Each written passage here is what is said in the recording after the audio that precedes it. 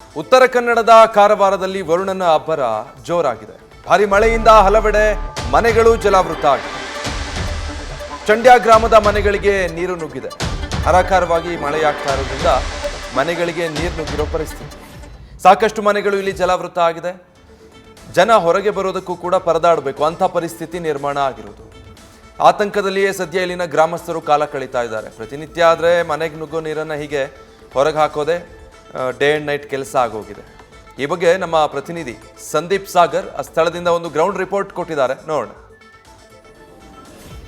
ಉತ್ತರ ಕನ್ನಡ ಜಿಲ್ಲಾದ್ಯಂತ ಸಾಕಷ್ಟು ಮಳೆ ಆಗ್ತಿದೆ. ಅದರಲ್ಲೂ ಜಿಲ್ಲೆಯ ಕರಾವಳಿ ಭಾಗದಲ್ಲಿ ಸಾಕಷ್ಟು ಮಳೆ ಆಗ್ತಿದೆ. ಇನ್ನು ಮಳೆಗೆ ಸಾಕಷ್ಟು ಅನಾಹುತ ಸೃಷ್ಟಿಯಾಗಿರತಕ್ಕಂಥದ್ದು. ನಾವಿವಾಗ ಕಾರವಾರ ತಾಲೂಕಿನ ಚಂಡ್ಯ ಅನ್ನೋ ಗ್ರಾಮದಲ್ಲಿದ್ದೇವೆ. ಚಂಡ್ಯ ಗ್ರಾಮದ ಪಕ್ಕದಲ್ಲಿ ಯಾವ ರೀತಿ ಇಲ್ಲಿ ಅನಾಹುತ ಸೃಷ್ಟಿಯಾಗಿರೋದನ್ನು ಗಮನಿಸ್ಬೋದು. ಚಂಡ್ಯ ಗ್ರಾಮದಲ್ಲಿ ಸಾಕಷ್ಟು ಮನೆಗಳಿದೆ. ಇದು ರಾಷ್ಟ್ರೀಯ ಹೆದ್ದಾರಿ 66ರ ಪಕ್ಕದಲ್ಲಿರುವಂತಹ ಏನು ಗ್ರಾಮ. ಈ ಗ್ರಾಮದಲ್ಲಿ ಏನು ಕಳೆದ ಒಂದು ವಾರದಿಂದ ನಿರಂತರವಾಗಿ ಮಳೆ ಆಗ್ತಿತ್ತು. ಅದರಲ್ಲೂ 2 ದಿನಗಳಿಂದ ಹೆಚ್ಚಿನ ಮಳೆಯ ಪ್ರಮಾಣ ಹೆಚ್ಚಾಗಿದೆ. ಹಿನ್ನೆಲೆಯಲ್ಲಿ ಮನೆಗಳ ಸುತ್ತ ನೀರು ತುಂಬಿರೋದನ್ನು ನಾವು ಗಮನಿಸ್ಬೋದು. ಯಾವ ರೀತಿ ನೀರು ತುಂಬಿದೆ ಅಂದರೆ ಇಡೀ ಮನೆಗಳ ಪಕ್ಕ ಏನು ಕೆರೆಯಂತೆ ಒಂದು ಹೊಳೆಯಂತೆ ಈ ರೀತಿ ಸೃಷ್ಟಿಯಾಗಿರತಕ್ಕಂಥದ್ದು. ಈ ಮನೆಗಳೆಲ್ಲ ಆತಂಕದಲ್ಲೇ ಕಾಲ ಕಳೀತಿದ್ದಾರೆ. ಯಾಕಂದರೆ ಮಳೆ ಪ್ರಮಾಣ ಸಹ ಜುಲೈ ಏನು 8ನೇ ತಾರೀಕು ತನಕ ಇದೆ ಅನ್ನೋದನ್ನ ಒಂದು ಸೂಚನೆಯನ್ನು ಜಿಲ್ಲಾಡಳಿತ ಮತ್ತು ಹವಾಮಾನ ಇಲಾಖೆ ನೀಡಿರತಕ್ಕಂಥದ್ದು. ಇದೇ ರೀತಿ ಮಳೆ ಪ್ರಮಾಣ ಏನಾದರೂ ಹೆಚ್ಚಾದರೆ ಇದಕ್ಕಿಂತ ಅಪಾಯ ಮಟ್ಟದ ಮೀರಿ ನೀರು ಎಲ್ಲ ಕಡೆ ಬರುವಂಥದ್ದು, ಸಾಕಷ್ಟು ಅನಾಹುತ ಸೃಷ್ಟಿಯಾಗುವಂಥದ್ದು ನಡೆಯುತ್ತೆ. ಈ ಹಿನ್ನೆಲೆಯಲ್ಲಿ ಆತಂಕವನ್ನು ಇಲ್ಲಿ ಸ್ಥಳೀಯರು ವ್ಯಕ್ತಪಡಿಸ್ತಿರತಕ್ಕಂಥದ್ದನ್ನು ನಾವು ನೋಡ್ಬೋದು. ಯಾವ ರೀತಿ ನೋಡಿ, ಜನರು ಸಹ ಮನೆಯ ಸುತ್ತಮುತ್ತ ಈಗ ಮಳೆ ನೀರು ಸಂಪೂರ್ಣವಾಗಿ ನಿಂತಿರತಕ್ಕಂಥದ್ದು.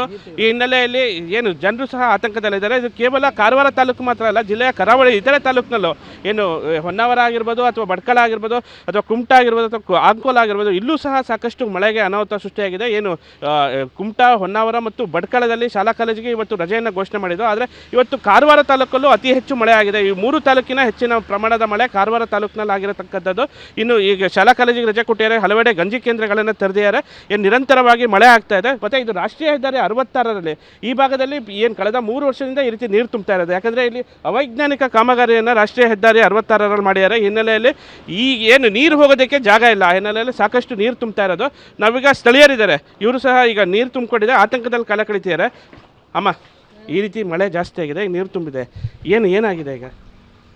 ಹಲೋ, ನೀರು ತುಂಬೋಗೋದಿಲ್ಲ. ಇಲ್ಲಿ ನೀರೆಲ್ಲ ಬಿಸಿ ಮಾಡ್ಕೊಂಬಿವಕ್ಕೂ ಆಗೋದಿಲ್ಲ, ಎಂಥದ್ದು ಆಗೋದಿಲ್ಲ. ಕೆಲ್ಸಗೋ ಬಂದ್ಕೊಂಡು ನೀರೆಲ್ಲ ಗೋಚ್ಕೊಂತವ್ರೆ, ಸುತ್ತು ನೀರು ಬಂದ್ಕೊಂಡದಿಲ್ಲಿ ಹೆಂಗೆ ಮಾಡಬೇಕು ಅಂತ ಹೇಳೋದಿಲ್ಲ. ಯಾರು ಬಂದು ನೋಡಲಿಲ್ಲ ಈಗ ಇನ್ನು? ಇಲ್ಲ, ಯಾರು ಬಂದು ನೋಡಲಿಲ್ಲ.